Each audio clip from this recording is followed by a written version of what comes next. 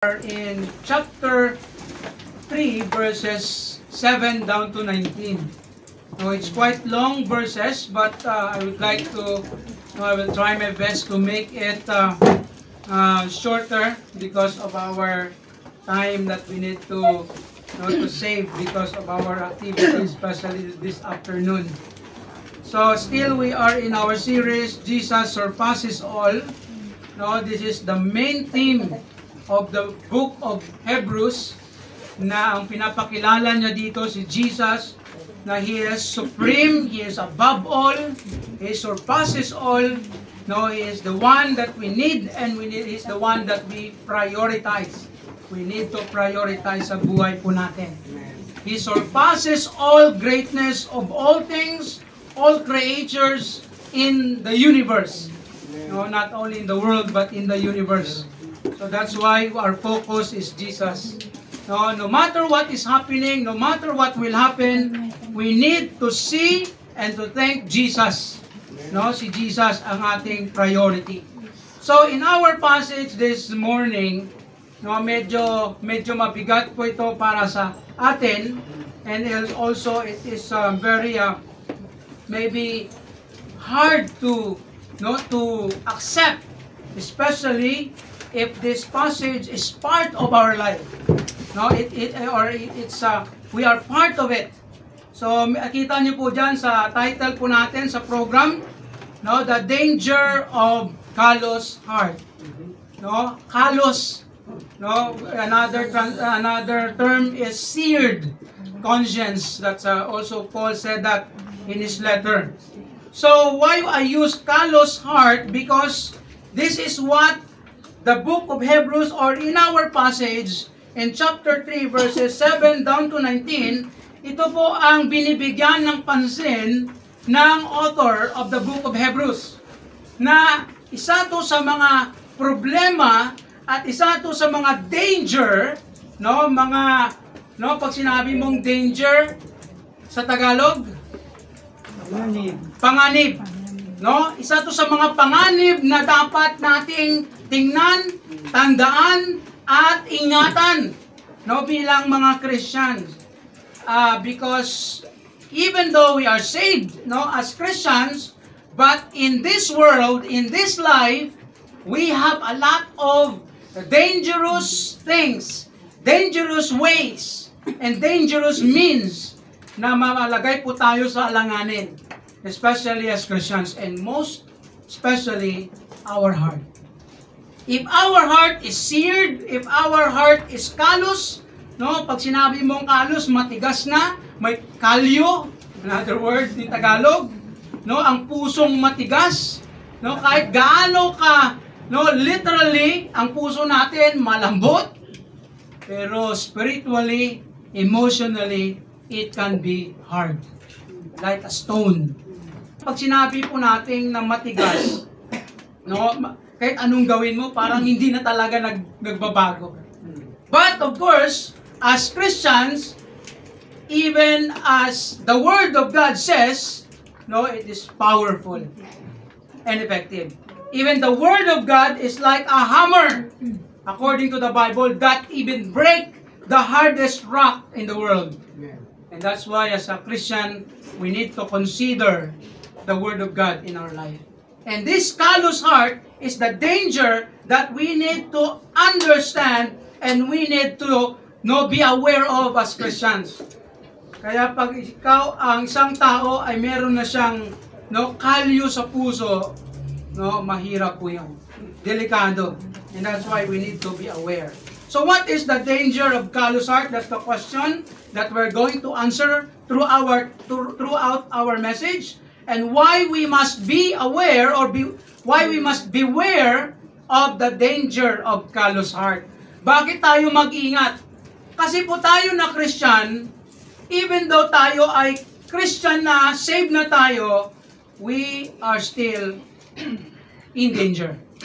We are still have this tendency, or we are prone na ang puso natin pwede pa rin magkaroon ng callous or kalyo in Tagalog. Maging matigas, no, ibig sabihin parang hindi na siya open, hindi na siya close, no? Parang wala nang saysay. And that is the problem if our heart is like that. And this also, God wants us to deal in this Christian life. So let's go to our passage. Number 1, we will talk about the reason of callous heart. Ano ba ang reason? Ano ba ang root? Bakit kaya ang tao nagkakaroon ng kalyo sa puso? Bakit ang isang tao parang masasabi natin, tigas-tigas naman ang puso na yan? No, ang pag sinabi natin callous heart, it is also the same, no, ang understanding na matigas ang ulo. Di ba? Stiff neck or hard-headed. The same lang po 'yon, no, ang understanding. No, kaya po as Christians, we need to understand kung ano ba talaga ang pinanggalingan nito. Saan to nanggagaling? So that's what we're going to see in our passage na pinapakita ng Diyos sa atin dito. Then let's go to number 1, the reason of callous heart. Sa passage po natin, meron po tayo makikita ng mga principles that that will give us answer. Ano ba talaga ang pinanggalingan or root or reason nito? Sabi diyan sa verse 7, wherefore as the Holy Ghost said, the Holy Spirit nagsasalita, sabi diyan, today if ye will hear His voice, sabi sa verse 8, harden not your hearts as in the provocation in the day of temptation in the wilderness. In verse 9, when your fathers tempted me, tested me, probed me, and saw my works 40 years. Have you remember kung ano itong background na ito? Kung hindi nyo alam ang Bible, especially in the Old Testament, ito po ang ginamit na background ng author is the story, in the life of Moses, in the life of the Jews, na yung mga Hudyo na niligtas ng Diyos doon sa Egypt, through Moses, ginamit si Moses, at pinalabas sila sa Egypt, dinala sila sa wilderness, 40 years, nandun sila, paikot-ikot sila doon. And 40 years, sabi doon, nakita nila kung gaano ka-faithful ng Diyos, ang mga ginawa ng Diyos. Sabi sa verse 9, when your fathers tempted me, probed me, and saw my works 40 years. Ang mga Hudyo, na sinabi dito, yung fathers nila, 40 years nakita nila kung gaano ang Diyos nag-provide, nag-protect, nag-preserve ng nation, ng kanilang mga lineage in that 40 years. Pero ano nangyari sa verse 12? Ano pa rin ang nangyari sa kanila? Take heed, brethren, lest there be in any of you an evil heart of unbelief. That's the key word. The reason of a callous heart, number 1, is unbelief. Ibig sabihin, merong kang doubt o maybe hindi ka pa rin naniniwala o hindi mo pa rin ina-accept ang Diyos or ang message ng Diyos sa buhay po natin. No matter how God revealed Himself in the wilderness, sa 40 years na yon, ano po nangyari doon? Hindi kasi na-elaborate dito ng author.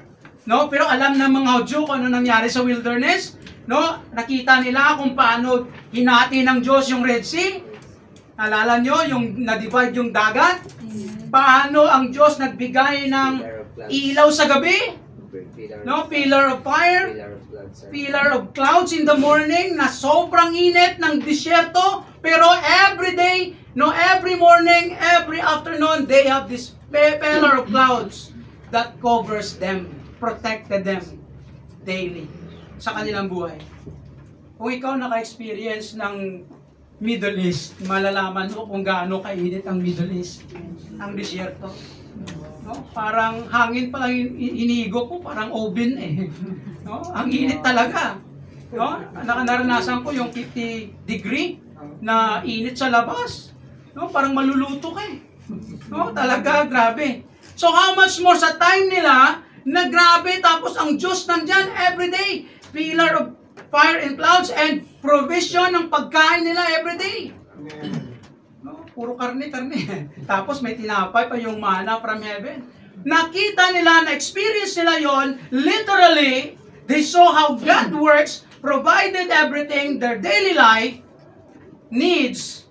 But yet, sabi dito, many of them, they did not believe God. In other words, the unbelief. No? Kasi meron silang puso na talagang sobrang tigas na ayaw pa rin nilang tanggapin, ayaw nilang i-surrender ang buhay nila sa Panginoon. Kaya verse 18, sabi dito, ang sabi ng Diyos, and to whom swear he that they should not enter into his rest, we will go back that later, but to them that believed not. Kaya yun ang mga hindi nanampalataya or meron silang unbelief sa kanilang puso, hindi sila nakapasok doon sa rest. Ang literal ng rest nila noon is the place of Canaan, yung promised land. Kaya hindi sila nakapasok, even si Moses hindi nakapasok doon. But we will consider that maybe next time. Sabi dito, so we see that they could not enter in because of unbelief. The root or the reason why these people have this callous heart, dahil wala silang pananampalataya, or we can consider that in our time, doubt. Doubt on God's power, on God's work, or on God's message. Kaya po, in relation to that, hindi man tayo katulad sa mga Hudyo na na-experience nila ang Diyos literally on that way. But I believe if you are a Christian, we have this tendency that we can have this unbelief. Yes, you believe in Jesus, you accept Him as your Lord and Savior, but along the way, you can experience unbelief, you can experience doubt. Anong ibig sabihin ng pastor? Na parang nagdududa ka o hindi ang pananampalataya mo sa Panginoon nagiging mahina, na parang wala ka ng pag-asa sa buhay, parang tapos kung ano ang mga sinasabi ng Diyos na pinapagawa ng Diyos, hindi na natin ginagawa. That's unbelief. You are full of worries na nagkukos na sa atin na naging unproductive na tayo, wala ka nang nagawa sa buhay, na-depress ka na, na-distress ka na, na-discourage ka na. That's the effect of unbelief. Kaya sa atin na Christian, we have this tendency. Kaya po tayo na Christian, we need always to check our heart if our heart have this doubt or unbelief. Kasi ang Christian, yes, Christian tayo, pero may tendency tayo na mawalan tayo or manghina yung pananampalataya natin. Kaya yung Book of Hebrews, ito yung kanyang gustong ipakita at gustong sabihin sa mga Christians na check your heart, do not follow your fathers, especially sa mga Hudyo. And second, we can see there not only unbelief, but also unrighteousness. What do we mean by that? Sabi sa verse 12, take heed, brethren, balik tayo, lest there be in any of you an evil heart of unbelief, in departing from the living God. Kasi yung temptation noon sa time nila ng mga Hudyo, doon sa disyerto, 40 years yun. But ang nangyayari doon sa time nila, especially itong mga matatanda o may edad na, anong gusto nilang nagko-complain sila, nagsasabi sila, buti pa sa Egypt, buti pa sa Egypt, buti pa. Parang gusto nilang bumalik sa Egypt. Alam niyo po, Egypt is the picture and a type of worldly life, sinful life. Kaya kung makikita niyo, alam niyo, ang mga stories sa Old Testament, connected po yan sa Christian life. Kaya ang mga Hudyo, nung nisave sila ng Diyos doon sa Egypt, through Moses, and Moses also is like, is a type of Christ, na tayo ay niligtas din tayo ni Jesus, right? Kinuha tayo ng Diyos sa family of Satan, sa darkness into light. And the same is true what happened to them. Kaya ang buhay nila doon sa Egypt, hindi maganda, nandun lahat ng kasalanan. Gusto nilang bumalik doon. unrighteousness. And that's also the reason that as Christian, we can have this callous heart because of unrighteousness. Ano po ibig sabihin? Dahil sa bagay na kasamaan na gusto natin o masamang bagay na gusto natin gawin sa buhay. Kaya alam niyo po sa Christian o ang isang tao, mahirap ang isang tao, especially pag Christian. Ang problema sa isang Christian kung ikaw ay meron kang sinful lifestyle o meron kang pet sin. Anong pet sin ang ginatawag? Inaalagaan mo ng kasalanan? Akin to, akin ka. That's pet sin. If you have that kind of unrighteousness, your heart is callous. There's a, may kalyo yan, may nakaseared. Parang nakasilyo na conscience na parang wala ka nang pakialam, hindi ka na nakakaramdam. Ang sabi ng iba, manhid. Namamanhid ka na sa bagay ng Diyos. Because your heart is callous. And verse 13, ano sabi dyan? But exhort one another daily while it is called today. Sabi niya, kaya ngayon habang kayo ay nakakarinig, exhort one another, encourage one another. Ngayon, today, the opportunity, lest any of you be hardened through the deceitfulness of sin. That's the highlight. Ang kasalanan, deceiving, deceitful. Alam niyo ang kasalanan sa mundo? Niluloko lang tayo ng kasalanan. Alam niyo po ba yun? Especially pag ikaw ay bago na Christian, even matagal na Christian na naluloko pa rin, right? Deceitful lang sin. Ano pang ibig sabihin ng deceitful of sin? Or the deceitfulness of sin? Bakit masabi natin ang sin deceiving? Because the sin, especially temptation, ang temptation at ang sin, pinapakita yan ang positive or magandang side lang para sa atin, para sa paningin natin. But on the dark side, hindi yan ang pinapapakita sa atin. Akala natin, okay lang itong ginagawa ko, okay lang to, acceptable to, maganda to.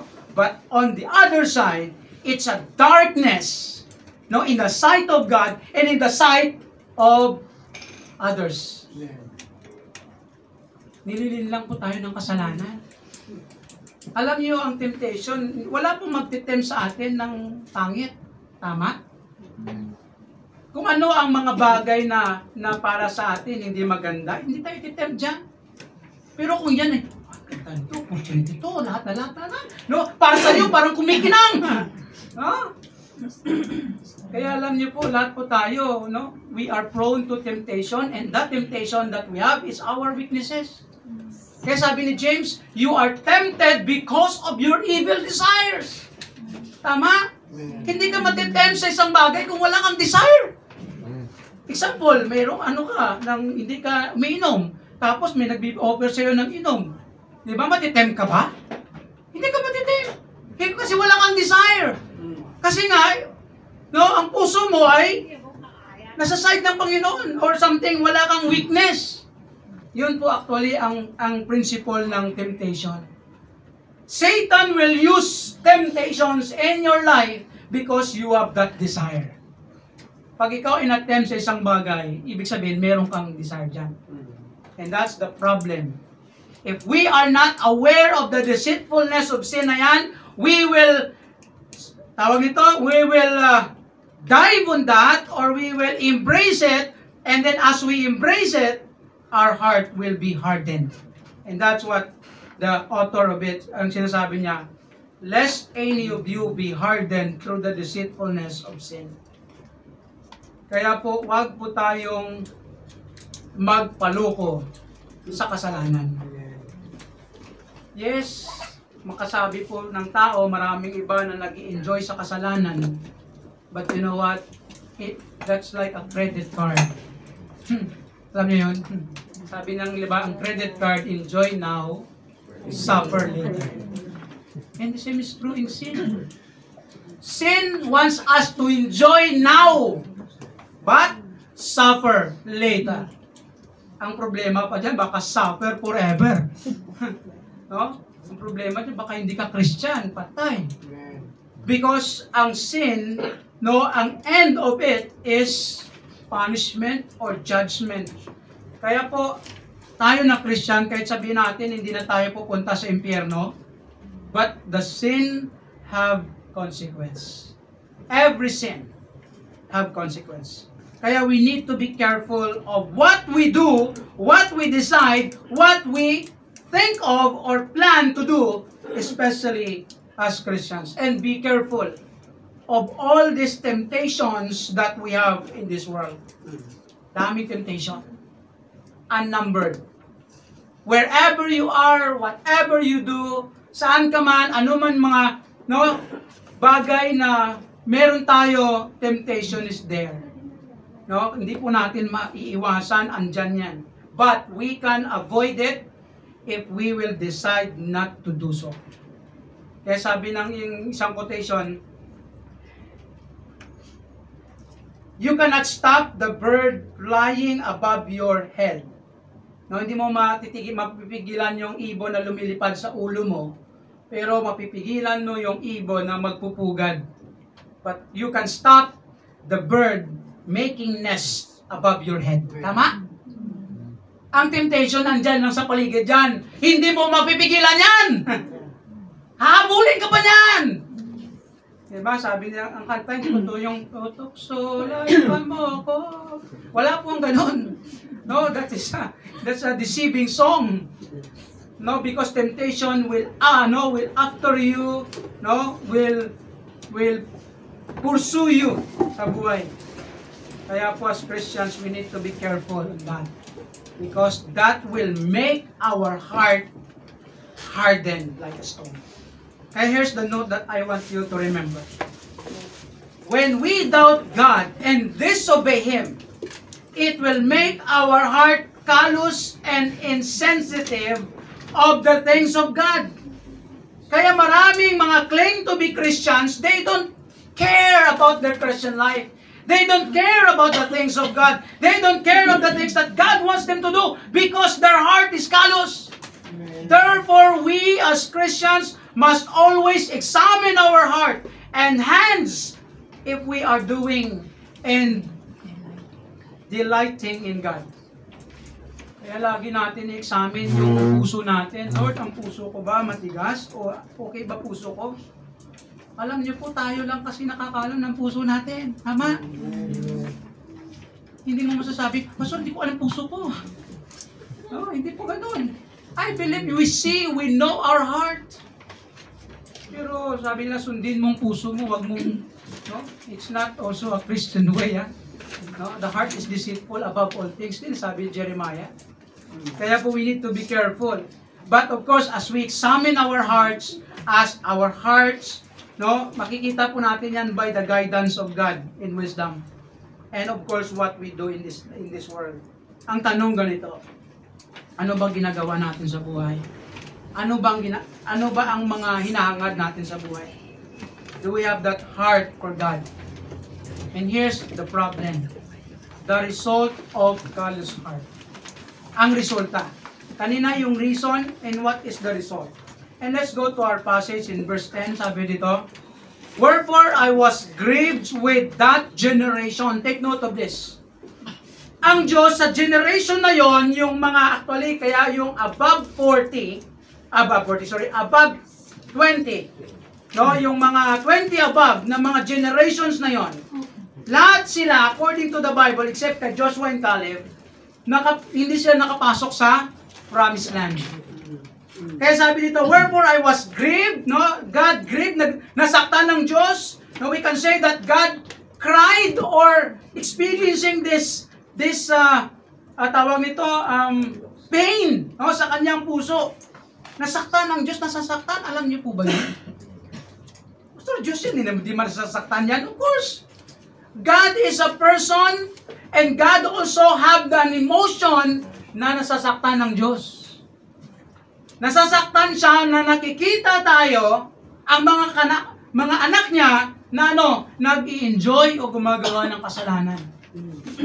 And that's why ang people of God, the Jews, sabi dito, I was grieved with that generation and said, they do always err in their heart. No, ang puso nila hindi tama. And they have not known my ways. Nakita nila ang mga ginagawa ng Diyos pero hindi nila inaalam o hindi nila ina-accept. Hindi nila kino-consider. So sabi ng Diyos dito, quotation to from Psalm 95. So I swear in my wrath, they shall not enter into my rest. What does God wants us to see and understand? That if our heart is callous, the result of it, number 1, restlessness. Wala kang tamang pahinga. Wala kang restlessness. What do we mean by that? It's not only a physical rest, but it is an emotional, spiritual, and mental rest. Although sa context ng Diyos, sa Old Testament, it's about the Canaan, the promised land, but also it's a type of our Christian life or of a life of a person. Pag ang tao ay hindi lumapit sa Panginoon, may unbelief, hindi niya kinilala si Jesus, hindi siya makapunta sa promised land which heaven. That's his rest. The ultimate rest. Sa Hudyo, literally, Canaan, the promised land. In Christian life, it's also true that if our heart is callous, matigas, wala kang pahinga. Wala kang peace. That's another word. Sino ba sa atin dito na makapagsabi, pag yung naramdaman mo na ang puso mo ay matigas, sabi mo, I have peace. Sino ba sa atin merong ganyan? Na pag ikaw ay alam mo na sa puso mo talaga na may something wrong, there's something wrong in you. Alam mo. Amen. Then you can still say, ang tahimik ng buhay ko ngayon, if you are a Christian. I don't think so. Right. Because the true Christian will never have rest if your heart is hard before God. If your heart is hard, even in dealing and hearing the word of God, there's no rest on that. Maybe you can sleep well. You can sleep longer time. You can have this good health.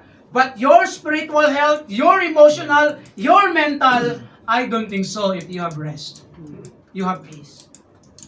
Because ang isang Kristiyano na hindi sumusunod sa Diyos, hindi nagpapagamit sa Diyos, and gumagawa pa ng hindi maganda sa harap ng Diyos, ayan ang tao na walang pahinga.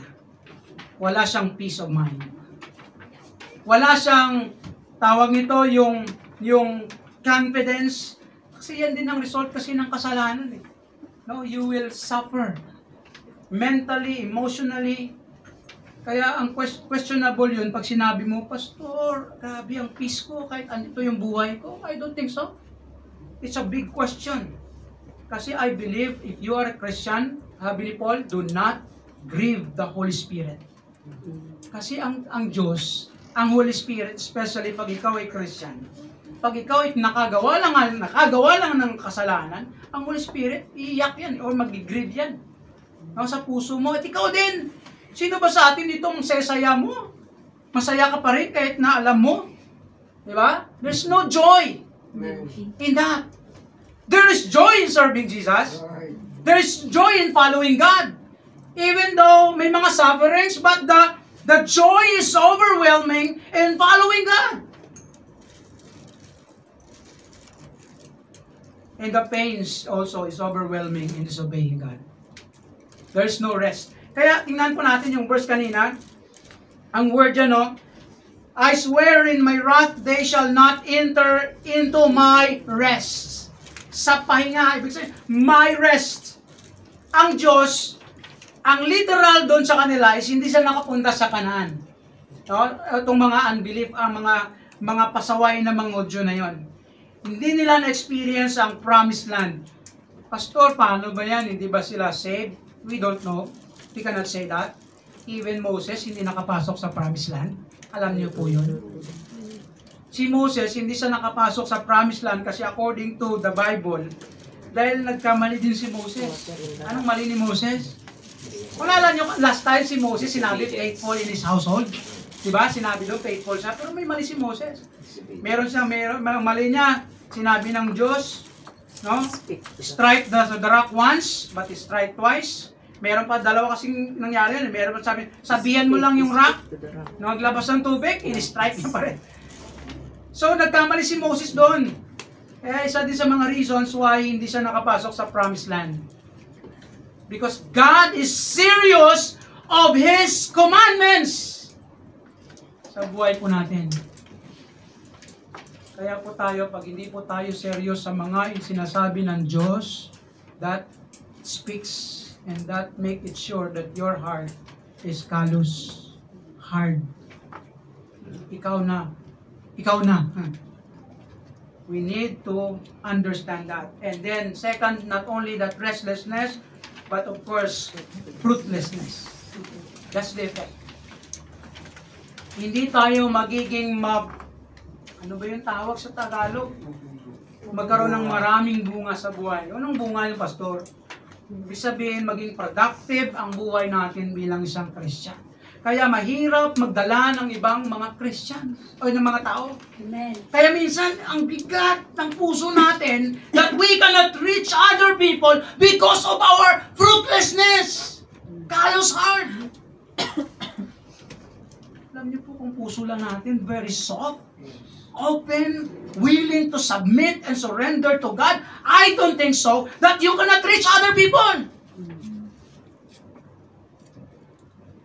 The reason that why we cannot reach even our loved ones maybe because of our callous heart. Hindi naman natin sinasabi na lahat masave kasi there are people naman talaga na matigas ang puso. But I believe that God will use you, will guide you, will lead you to people that you will be reached because your heart is open to God, not callous. Kasi ang result ng callous heart is fruitlessness. Walang product o hindi mag-grow, hindi ka na mag-grow, no? Hindi ka pa maging productive sa buhay. Hindi pa nabibless ang mga tao. Kaya pong problema sa mga ganito, hindi ka na nag-grow. Ang effect pa nun, ikaw pa ang problema. Nagkukos pa ng problem. Sa verse 17, sabi diyan, but with whom was great 40 years? Sino? Sabi to, was it not with them that hand had sinned and whose carcasses fell into the wilderness? Take note of that. Eh, sabi ko kanina, itong matitigas ang puso na to ng mga tao, hindi sila nakapunta sa promised land at saka ang kanilang katawan, carcasses, patay na katawan, nandun na, nilibing na lang sa wilderness. Naiwan sila doon. So it's also a picture that as Christian, that if our heart is hard, we will not be fruitful. Hindi tayo mag-grow, wala tayong bunga. Problemado pa ang buhay. Nagkukos pa ng problema. Kaya po that's why as Christians we need to think, we need to examine our heart always. Here's our note in that point. There is no peace and good rest in disobeying or rejecting God's message and mandate. Sino ba sa atin dito, kahit na alam mo sa puso natin na medyo, Lord, nire-reject ko na yung message mo, nire-reject ko na lahat ng sinasabi mo, o hindi man lahat, maybe some, but still you can say that you have peace, you have good rest, you have this peace in your mind. I don't think so. If you want to have peace of God and productive Christian life, don't neglect or reject God's message through His Word and words. Huwag po natin hayaan na parang binabaliwala na lang natin salita ng Diyos. Because Christians, we need the Word of God sa buhay natin. Amen. Huwag natin baliwalain yan, parang wala tayong pakialam. Wala tayong desire. Kaya sabi ni Paul, ni Peter, crave, desire the sincere milk. Crave the milk of the Word of God. Amen. As Christians, we need to see ourselves And we need to check our heart if our heart is in tune in the Word of God. Kaya we need always to remember, focus. Merong isang preacher, sabi ng isang preacher, some of us physically present but mentally absent. There's also another thing. We can be mentally present but emotionally absent. Ano pong ibig sabihin nun? Yes, nakikinig ka ng salita ng Diyos, but yung puso natin rejected. We don't care. Ano ba yung si Pastor? Nagpakinig na naman. Parinig na naman. Ang puso natin matigas na. Right, man. Iniisip lang natin ang sarili natin. That's right. Hindi yung Diyos. Think about God. Think about His Word. Not ourselves. We need to be sensitive on the Word of God. And that's the resolution that we need to see. Sabi dito sa verse, no, the resolution of callous heart. Paano natin ma-overcome ito? So, here's what we need to do. That's why ang advice ng author dito, verse 7, wherefore, as the Holy Ghost saith, today, if you will hear His voice. Ngayon, narinig mo ang kanyang boses. Pastor, paano ba yan? Ang Holy Spirit nagsasalita? Hindi ko naman nakikita ang Holy Spirit. Do you see Holy Spirit? No. Did the Holy Spirit speaks? Yes. How? Listen to the Word. Listen to your heart. Because the Holy Spirit is inside in our heart. Meron niya sinabi si Paul sa Romans chapter 17. The Holy Spirit, siya yung nagtetestify to our spirit, nagsasabi na you are the Son of God. Ibig sabihin, the Holy Spirit of God communicating in our spirit, in our heart, that you need to listen to that. Actually, ang picture dyan is like a conscience. No? Na parang kinakausap ka sa loob-loob mo. Yun, diba? Nakukonsensya ka. Actually, that's a conscience, but the Holy Spirit is a person according to the Bible. And then when God speaks, paano yon? Through the Holy Spirit in your heart, and also with the Word of God, because the Word of God is the Word of God. Dito din ang Diyos nagsasalita sa kanyang sa Bible that we have.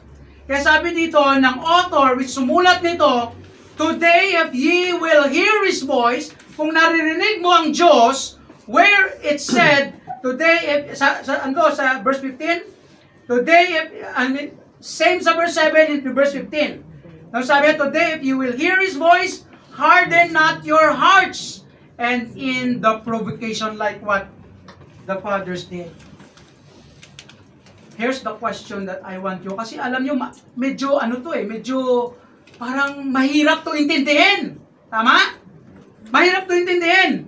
Kasi parang, hear His voice, hindi mo naman na maririnig yung Holy Spirit audibly. Ibig sabihin, parang ako nagsasalita sa inyo, hindi mo naman maririnig na ganyan. Kaya parang mahirap to intindihin literally. But if you have the Holy Spirit in your heart, and if you are a Christian, you can hear it. Maririnig mo ang Diyos. Even Jesus claims that sabi niya, my sheep listen to my voice. Or hear my voice. And they follow me. Paano natin maririnig ang Panginoon? Through His Word. Kaya meron tayong preaching and teaching of the Word. Tama? Kasi through this, we hear God. Even though si Pastor man nagsasalita niyan, yes, we are the one who are speaking, but in the context of God, in the Bible, it is God who speaks to you. Amen. Are you listening? Amen. Are you hearing? Amen. Sabi na, listening without hearing. Sabi ng iba. Kaya sabi niya, if you hear the voice of God through the message of the Word in our time, Although sa Old Testament, sa New Testament, meron talagang sometimes inner voice ng Holy Spirit nakikipag-usap sa kanila, sa kanilang mga sulat dyan. Even in our Christian life, we can experience that if our heart is open. Ang Diyos talaga mangungusap sa atin, no, through His Word, through circumstance. No, kasi may mga ways ang Diyos na nakikipag-usap sa atin. Kaya po, the resolution of callous heart is listen to God's Word. Makinig naman tayo. Listen to God's Word. Always, every time, no, the Word of God is preached or teach, listen, open your ears, open your minds, open your hearts to God's Word. Because it will help us and strengthen us and give us wisdom and strength to overcome the callous heart or even our heart, no, mabibreak yan by the Word of God. Tama po ba? Kaya ang isa sa mga symbols of the Word of God in the Bible is like a hammer, sabi yan sa Psalms. It's like a hammer that breaks even the hardest rock. Kaya isa, hammer na parang pinupukpok yun sa ulo, tigas ng ulo mo. Of course, hindi naman natin ginagamit yung Bible para mangpukpok. No, we use the Bible to break, no, the hard heart or the sin, no, that make our heart hard. Listen to God's Word, and that's what we can see in our passage. Sabi dito, no, if you hear His voice. Psalm 95, that's a quotation na ginamit ng Hebrews. Hindi na natin babasahin. And finally, we will end with this. Kasi 1 o'clock may anniversary tayo na pupuntahan. Live, not only to listen to God's Word, but live God's Word. Ito na yung sinasabi natin. Obedience. Hindi lang po dapat tayo nakikinig nakikinig o nakikinig sa salita ng Diyos, but also no, ginagawa po natin. Kaya sabi dito sa verse 12, take heed. Sundin po natin ang mga sinasabi ng Diyos sa kanyang salita. Follow or obey. Sabi niya dito sa mga, kasi Old Testament yun kanina, ngayon Christian na, sinabi dito ng author, take heed, brethren! Sumunod kayo! Follow God, follow His Word, follow His voice, follow His leading in your life. Because if you do that, you will overcome this kind of heart. You will have this open heart. You will have this fruitful life in your life as Christians. Huwag tayo sumunod. Sabi niya, lest there be any of you an evil heart of unbelief. Kung meron sa puso natin na hindi maganda, evil heart, unbelief ang kanyang focus dito, but we can consider even all kinds of unrighteousness. Kasi ang mga bagay na hindi tama, no, sa paharap ng Diyos, yan ang magkukos ng trouble sa buhay natin ng mga Christians. Magiging insensitive tayo, fruitless ang buhay, no, problematic. Hindi naman ibig sabihin na wala ka ng problema pag sumunod ka sa Diyos. May problema pa rin. Pero lesser than the other way around. Lesser and productive. And that's the blessing of it. And verse 14, for we are made, ito yung reason, we are made partakers of Christ. Bakit tayo sumunod? Bakit dapat tayo sumunod sa Panginoon? No? Bakit natin isabuhay ang mga sinasabi ng Diyos? Because we are partakers of Christ. Ibig sabihin, we have this part, or we are Christian, na belong tayo sa family ng Diyos, sa body of Christ, and we have the life of Christ in us. Kaya katawag kayo Christian eh. Kaya Christian, si Christ dapat ang nakikita sa atin. Tama? Hindi Christian sa bunganga. Dapat Christian din sa buhay. Amen. Hindi lang sa bunganga, hindi lang sa sa profession, but also sa possession. Practice. No, we need to let Christ or the light shine upon men. That's what Jesus Christ says. Let your light shine upon men. Ipakita ninyo ang light dyan actually, that's Christ. Ipakita natin ang buhay ni Kristo sa mga tao. That's application or following God or obeying God sa ating buhay.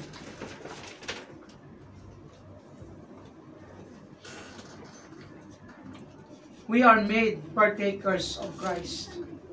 We are one in Christ.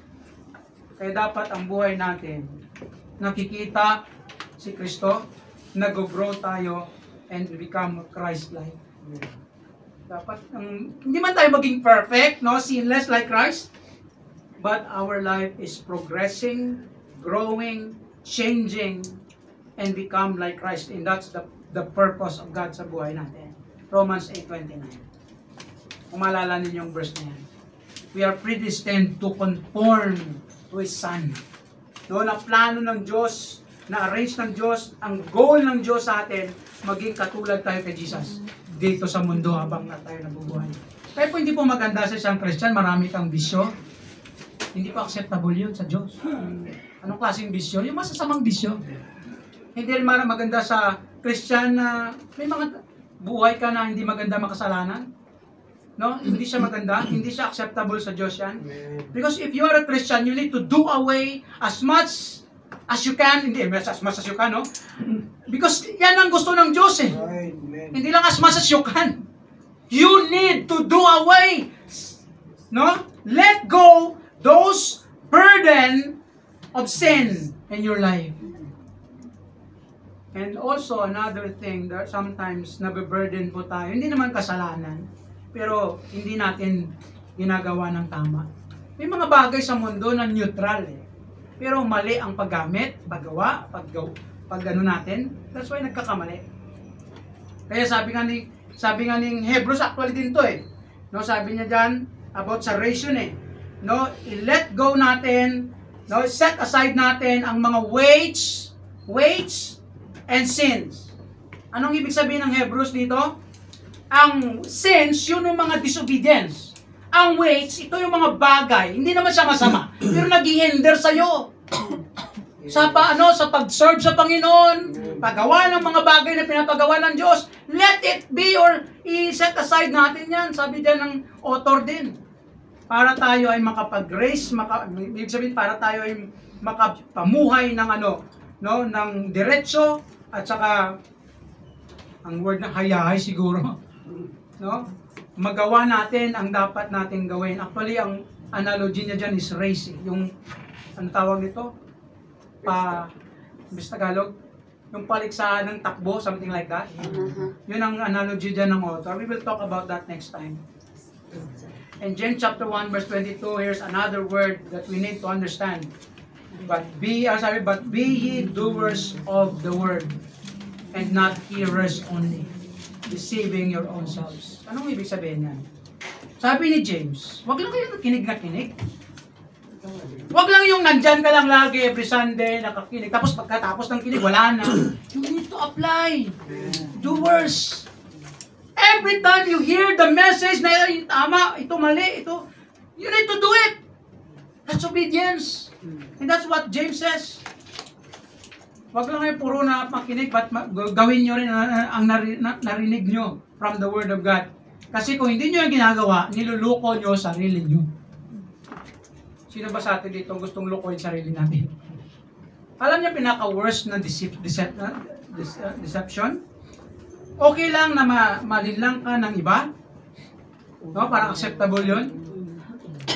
Kung ikaw naman nang nilang ng iba, hindi siya acceptable, masama yun, tama? Kung ikaw nang luloko, di ba? Gusto niyo bang, gusto niyo maloko? Hindi. Gusto niyo manloko? Ewan ko sa inyo. Ang pangatlo, ang pinaka-worst, ito, niluloko niyo sarili niyo. No? Ikaw sarili mo, niluloko mo, that's the worst sin. Alam niyo yun? And this is the worst sin that we can have in this world as Christian, na nakirinig mong salita ng Diyos, hindi mo ginagawa. No, that's another worst sin in life of a Christian. Niloloko natin sarili natin. Kaya wag natin lokohin sarili natin. Pastor, present naman ako every Sunday. Pero tanong, anong ginagawa mo na? Ilang beses na, o ilang messages na narinig natin, pero ganun ka pa rin. Ay, delikado po yun. Your heart is hard. We need to check it. We need to ask for God to help us na ma-change yan.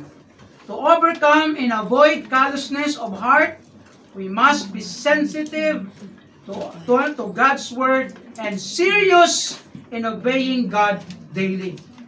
Therefore, we must always read, reflect, and respond to God's Word as we hear it in any means.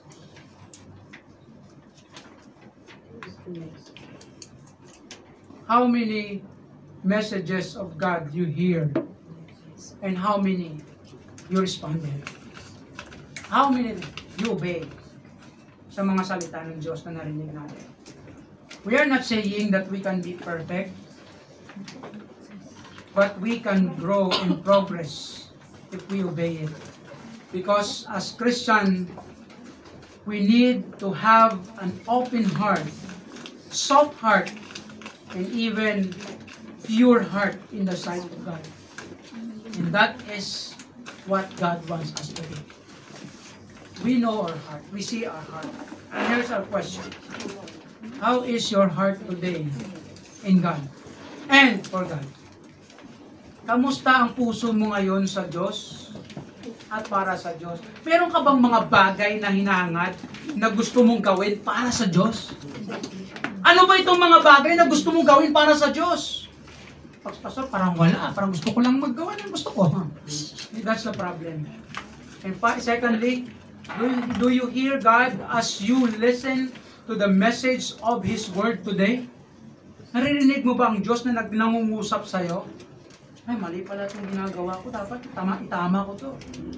With God speaking to you, ikaw lang magsagot niya.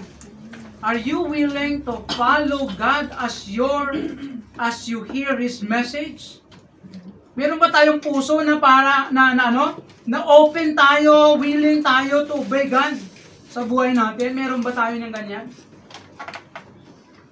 Ang problema po natin na Christian, or natin, sometimes or maybe many times, may mga bagay tayo, unwilling tayo. Yes, maybe we do some things for God, but we disobey God in many things, or maybe in some things, and that's not acceptable before God. And we need to settle it before God while, or habang wala pa ang resulta, or maybe the result is there already. Kaya po, alam niyo po, ang isang Kristiyano na totoong sumusunod sa Diyos, nagagamit ng Diyos, nag-grow, nagiging blessing, at binibless din ng Lord. Tama? Amen. Amen. Don't forget this kind of reminders of God for us. And follow God. Ano ba yung mga bagay na naiwanan natin sa buhay? Na hindi pa natin ginagawa? Make it right. Do it right. Because God will be with you and you will experience the rest, the peace, and the guidance of God sa buhay po natin.